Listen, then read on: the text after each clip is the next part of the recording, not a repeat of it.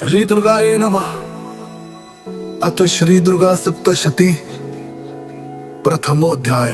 मेधा ऋषि का राजा सुरथ और समाधि को भगवती की महिमा बताते हुए मधुकैटभ वध का। प्रथम चरित्र के ब्रह्मा ऋषि, महाकाली देवता, गायत्री छंद, नंदा शक्ति, रक्तदंतिका बीज, अग्नि तत्व ऋग्वेद स्वरूप है।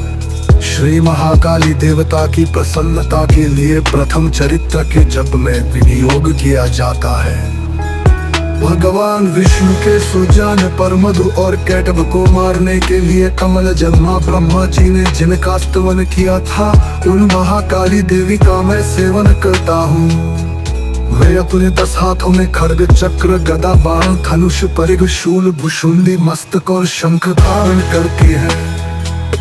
उनके 3 नेत्र हैं। वे समस्त अंगों में दिव्य आभूषणों से विभूषित हैं। उनके शरीर की कांति नीलमणि के समान है तथा वे 10 मुख और 10 पैरों से युक्त हैं। मार्कंडेय जी बोले, सूर्य के पुत्र सावर्णी जो 8वें मनु कहे जाते हैं, उनकी उत्पत्ति की कथा विस्तार पूर्वक कहता हूँ, सुनो।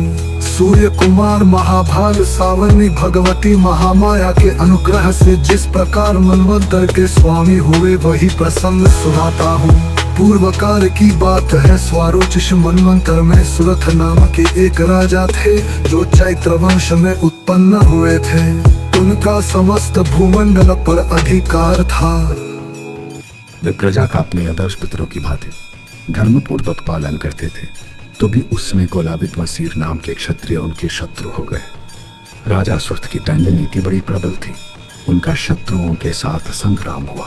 यद्यपि कोलाबित वसी संख्या में कम थे, तो भी राजा सुरथ युद्ध में उनसे परास्त हो गए। तब वे युद्ध भूमि से अपने नगर को लौट आए और केवल अपने देश के राजा होकर रहने लगे। समुद्र पृथ्वी से अब उनका अधिकार जाता रहा, किंतु वहां भी उन प्रबल शत्रुओं ने उस समय महाभाग राजा सुरथ पर आक्रमण कर दिया। राजा का बल क्षीण हो चला था, इसलिए अब उनके दुष्ट बलवान एवं दुरात्मा मंत्रियों ने वहां उनकी राजधानी में भी राज की सेना और खजाने को हथिया लिया। सुरथ का प्रभुत्व नष्ट हो चुका था, इसलिए वे शिकार खेलने के बहाने घोड़े पर सवार हो वहां से अकेले ही एक घने जंगल में चले गए। वहां उन्होंने विप्लवर मेधा मुनि का आश्रम देखा, जहाँ कितने हिंसक जीव परम शांत भाव से रहते थे। मुनि के बहुत से शिष्य उस वन की शोभा बढ़ा रहे थे। वहां जाने पर मुनि ने उनका सत्कार किया और वे मुनि श्रेष्ठ के आश्रम पर इधर उधर विचरते हुए कुछ काल तक रहे। फिर ममता से आकृष्ट चित्त होकर वहां इस प्रकार चिंता करने लगे। पूर्व काल में मेरे पूर्वजों ने जिसका पालन किया था, वही नगर आज मुझसे रहित है। पता नहीं मेरे दुराचारी कृत्यगण उसकी धर्म पूर्वक रक्षा करते हैं या नहीं। जो सदा मद की वर्षा करने वाला और शूरवीर था, वह मेरा प्रधान हाथी अब शत्रुओं के अधीन होकर न जाने किन भोगों को भोगता होगा।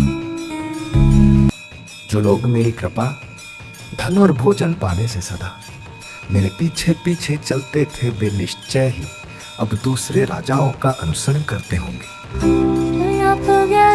लोगों के द्वारा सदा खर्च होते रहने के कारण अत्यंत कष्ट से जमा किया हुआ मेरा वो खजाना खाली हो जाएगा।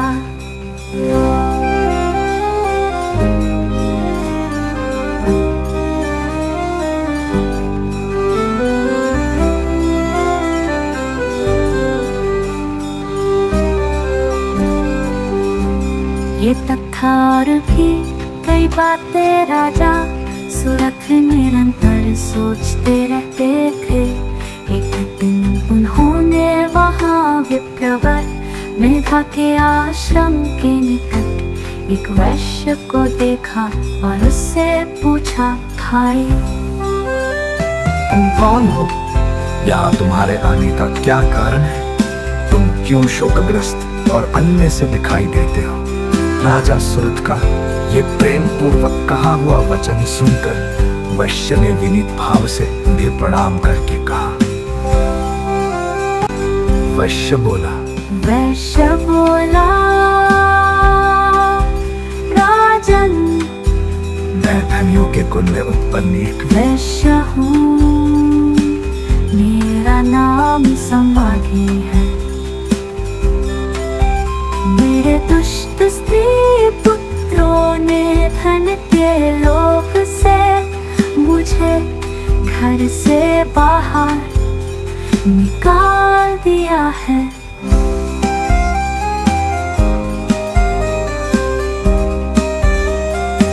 मैं इस समय धन, स्त्री और पुत्रों से वंचित हूँ। मेरे विश्वसनीय बंधुओं ने मेरा ही धन लेकर मुझे दूर कर दिया है, इसलिए दुखी होकर मैं वन में चला आया हूँ। यहाँ रहकर मैं इस बात को नहीं जानता कि मेरे पुत्रों की, स्त्री की और स्वजनों की कुशल है या नहीं। इस समय घर में वे कुशल से रहते हैं अथवा उन्हें कोई कष्ट है। वे मेरे पुत्र कैसे हैं? क्या वे सदाचारी हैं अथवा दुराचारी हो गए हैं? दक्ष राजा ने पूछा, जिन लोग स्त्री पुत्र आदि ने जिनके कारण तुम्हें वर से निकाल दिया, उनके प्रति तुम्हारे चित्त में इतना स्नेह का बंधन क्यों है? वैश्य बोला, आप मेरे विषय में जैसी बात कहते हैं वो सब ठीक है, किंतु क्या करूं, मेरा मन निष्ठुरता नहीं था।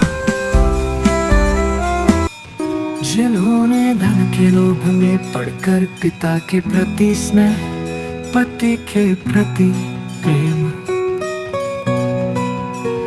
अध्यात्मीय जन के प्रति अनुराग को तिलांजलि दे मुझे घर से निकाल दिया है।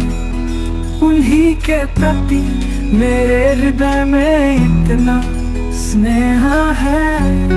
महामते उन्हीं बंधुओं के प्रति भी जो मेरा चित्त इस प्रकार प्रेम मग्न हो रहा है।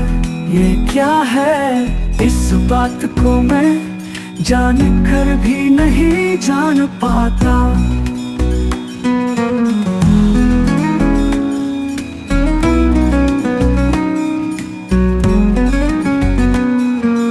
उनके लिए मैं लंबी सांसें ले रहा हूँ और मेरा हृदय अत्यंत दुखित हो रहा है। लोगों में प्रेम का सर्वथा अभाव है, तो भी उनके प्रति जो मेरा मन निष्ठुर नहीं पाता। इसके लिए क्या करूं? मार्कंडेय जी कहते हैं, ब्रह्मन तदनंतर राजाओं में श्रेष्ठ सुरथ और वह समाधि नामक वैश्य दोनों साथ साथ मेधावी की सेवा में उपस्थित हुए और उनके साथ यथायोग्य न्यायानुकूल विनय पूर्ण बर्ताव करके बैठे। तत्पश्चात वैश्य और राजा ने कुछ वार्तालाप आरंभ किया। राजा ने कहा,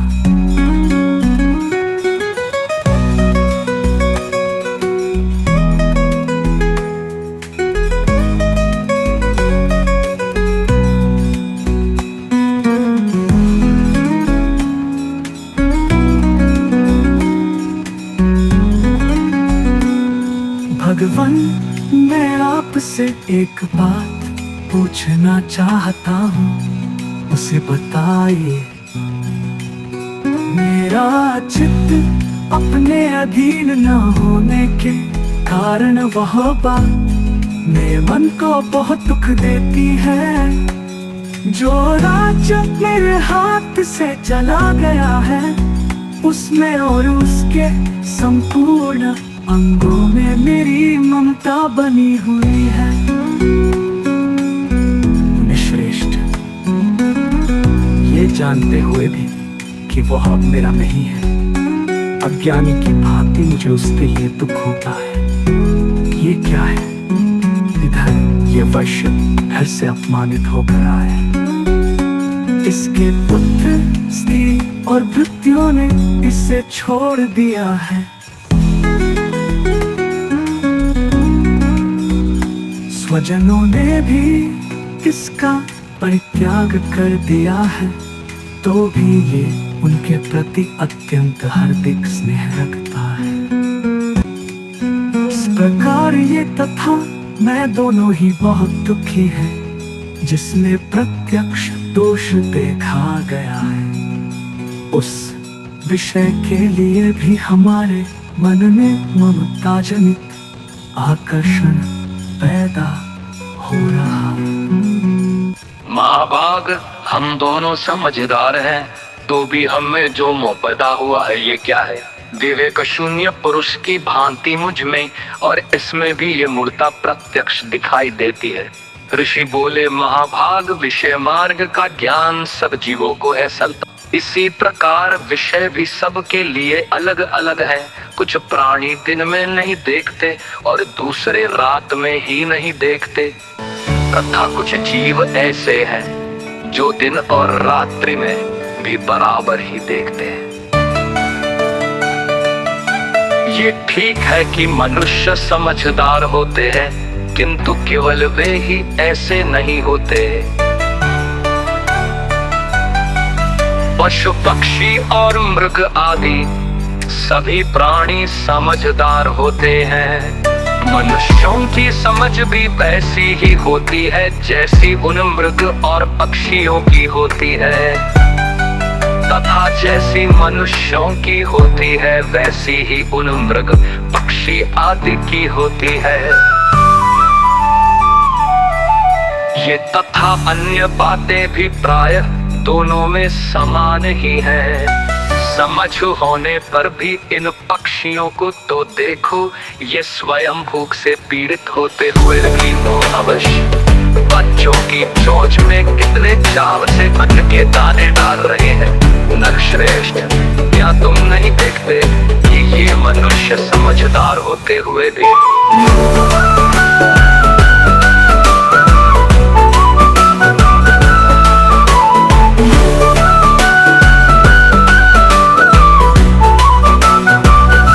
हुए भी लोभवश अपना पाने के लिए पुत्रों की अभिलाषा करते हैं। यद्यपि उन सब में समझ की कमी नहीं है, तथापि वे संसार की स्थिति, जन्म मरण की परंपरा बनाए रखने वाले भगवती महामाया के प्रभाव द्वारा ममता में भंवर से युक्त मोह के गहरे गर्त में गिराए गए हैं।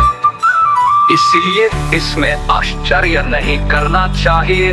जगदीश्वर भगवान विष्णु की योग निद्रा रूपा जो भगवती महामाया है, उन्हीं से ये जगत मोहित हो रहा है। हे भगवती महामाया देवी ज्ञानियों के भी चित्त को बलपूर्वक खींच कर मोह में डाल देती है। वे ही परा विद्या, संसार बंधन और मोक्ष की हेतु भूता सनातनी देवी तथा संपूर्ण ईश्वरों की भी अधीश्वरी है।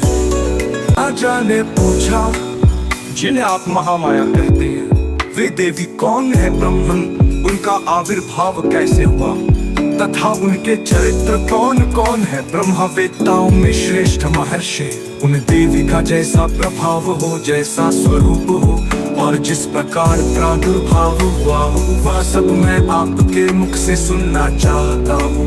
ऋषि बोले, राजन, वास्तव में तो वे देवी नित्य स्वरूपा ही है।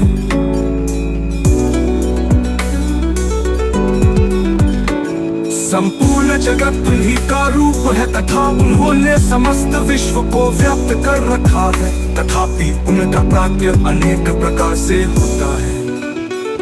वो मुझसे सुनो, यद्यपि वे नित्य और अजन्मा है, तथापि जब देवताओं का कार्य सिद्ध करने के लिए प्रकट होती है, उस समय लोक में उत्पन्न हुई कहलाती है। कल्प के अंत में जब संपूर्ण जगत एक कर्णव में निमग्न हो रहा था और सबके प्रभु भगवान विष्णु शेषनाग की शैया बिछाकर निद्रा का आश्रय ले सो रहे थे, उस समय उनके कानों के मैल से दो भयंकर असुर उत्पन्न हुए जो मधु और कैटभ के नाम से विख्यात थे। वे दोनों ब्रह्मा जी का वध करने को तैयार हो गए। भगवान विष्णु के नाभिकमल में विराजमान प्रजापति ब्रह्मा जी ने जब उन दोनों भयानक असुरों को अपने पास आया और भगवान को सोया हुआ देखा, तब एकाग्रचित्त होकर उन्होंने भगवान विष्णु को जगाने के लिए उनके नेत्रों में निवास करने वाली योग निद्रा का स्तवन आरंभ किया। जो इस विश्व की अधीश्वरी, जगत को धारण करने वाली, संसार का पालन और संहार करने वाली तथा तेज स्वरूप भगवान विष्णु की अनुपम शक्ति है, उन्हीं भगवती निद्रा देवी की भगवान ब्रह्मा स्तुति करने लगे। ब्रह्मा जी ने कहा देवी तुम ही स्वाहा, तुम ही स्वदा और तुम ही वशकार हो। स्वर्ग तुम्हारे ही स्वरूप है, तुम ही जीवनायिनी सुधा हो। नित्य अक्षर प्रणव में अकार उकार पकार, इन तीन मात्राओं के रूप में तुम ही स्थित हो तथा इन तीन मात्राओं के अतिरिक्त जो बिंदुरूपा नित्य अर्थ मात्रा है, जिसका विशेष रूप से उच्चारण नहीं किया जा सकता, वह भी तुम ही हो। देवी तुम ही संध्या सावित्री तथा परम जननी हो। देवी तुम ही इस विश्व ब्रह्मांड को धारण करती हो। तुमसे ही इस जगत की सृष्टि होती है, तुम्ही से इसका पालन होता है और सदा तुम्ही कल्प के अंत में सबको अपना ग्रास बना लेती हो। जगन्मयी देवी इस जगत की उत्पत्ति के समय तुम सृष्टि रूपा हो, पालन काल में स्थिति रूपा हो तथा कल्पांत के समय संहार रूप धारण करने वाली हो। तुम्ही महाविद्या महामाया महामेधा महास्तुति महामोहरूपा महादेवी और महासुरी हो। तुम तीनों गुणों को उत्पन्न करने वाली सबकी प्रकृति हो। भयंकर कालरात्रि महारात्रि और मोहरात्रि भी तुम ही हो। तुम ही श्री, तुम ही ईश्वरी, तुम ही ह्री और तुम ही बोध स्वरूपा बुद्धि हो। लज्जा पुष्टि तुष्टि शांति और क्षमा भी तुम ही हो। तुम खड्गधारी शूलधारी घोर रूपा तथा गदा चक्र शंख और धनुष धारण करने वाली हो। बाण भुषुंडी और परिघ ये भी तुम्हारे अस्त्र है। तुम सौम्य और सौम्यतर हो, इतना ही नहीं, जितने भी सौम्य सुंदर पदार्थ हैं उन सब की अपेक्षा तुम अत्यधिक सुंदरी हो और पर सबसे परे रहने वाली परमेश्वरी तुम ही हो। सर्वस्वरूपे देवी, कहीं भी सत असत रूप जो कुछ वस्तुएं हैं और उन सब की जो शक्ति है वो तुम ही हो। ऐसी अवस्था में तुम्हारी स्तुति क्या हो सकती है? जो इस जगत की सृष्टि पालन और संहार करते हैं, उन भगवान को भी जब तुमने निद्रा के अधीन कर दिया है, तब तुम्हारी स्तुति करने में यहाँ कौन समर्थ हो सकता है? मुझको, भगवान शंकर को तथा भगवान विष्णु को भी तुमने ही शरीर धारण कराया है, अतः तुम्हारी स्तुति करने की शक्ति किसमें है? देवी, तुम तो अपने इन उदार प्रभावों से ही प्रशंसित हो। ये जो दोनों दुर्धर्ष असुर मधु और कैटभ है, इनको मुंह में डाल दो और जगदीश्वर भगवान विष्णु को शीघ्र ही जगा दो। साथ ही इनके भीतर इन दोनों महान असुरों को मार डालने की बुद्धि उत्पन्न कर दो। ब्रह्मा जी ने वहां मधु और कैटभ को मारने के उद्देश्य से भगवान विष्णु को जगाने के लिए तमोगुण की अधिष्ठात्री देवी योग निद्रा की इस प्रकार स्तुति की।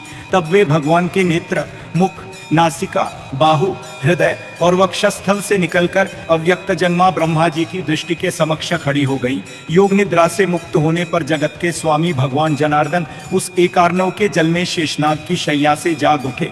फिर उन्होंने उन दोनों असुरों को देखा। वे दुरात्मा मधु और कैटभ अत्यंत बलवान तथा पराक्रमी थे और क्रोध से लाल आंखें किए ब्रह्मा जी को खा जाने के लिए उद्योग कर रहे थे।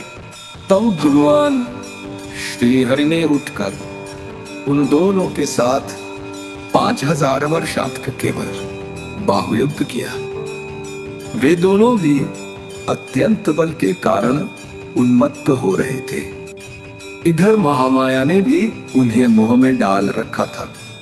इसलिए वे भगवान विष्णु से कहने लगे, हम तुम्हारी वीरता से संतुष्ट हैं, तुम हम लोगों से कोई वर मांगो।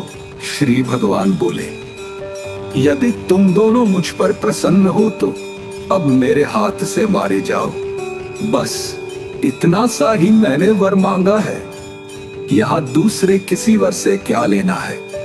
ऋषि कहते हैं, इस प्रकार धोखे में आ जाने पर जब उन्होंने संपूर्ण जगत में जल ही जल देखा, तब कमल ने भगवान से कहा, जहाँ पृथ्वी जल में डूबी हुई न हो, जहाँ सूखा स्थान हो, वही हमारा वध करो। ऋषि कहते हैं, तब तथास्तु कहकर शंख चक्र और गदा धारण करने वाले भगवान ने उन दोनों के मस्तक अपनी जांघ पर रखकर चक्र से काट डाले। इस प्रकार ये देवी महामाया ब्रह्मा जी की स्तुति करने पर स्वयं प्रकट हुई थी। अब पुनः तुमसे उनके प्रभाव का वर्णन करता हूँ, सुनो। इस प्रकार श्री मार्कंडेय पुराण में सावर्णिक मनवंतर की कथा के अंतर्गत देवी महात्म्य में मधुकैटभ वध नाम पहला अध्याय पूरा हुआ। यह अध्याय पूरा होता है। जिस भी भाई को यह अध्याय हमारा पसंद आया हो तो कृपया करके भक्तों लाइक शेयर सब्सक्राइब और कमेंट करके जरूर बताना कि इस अध्याय में कोई कमी तो नहीं। धन्यवाद। जय माता दी।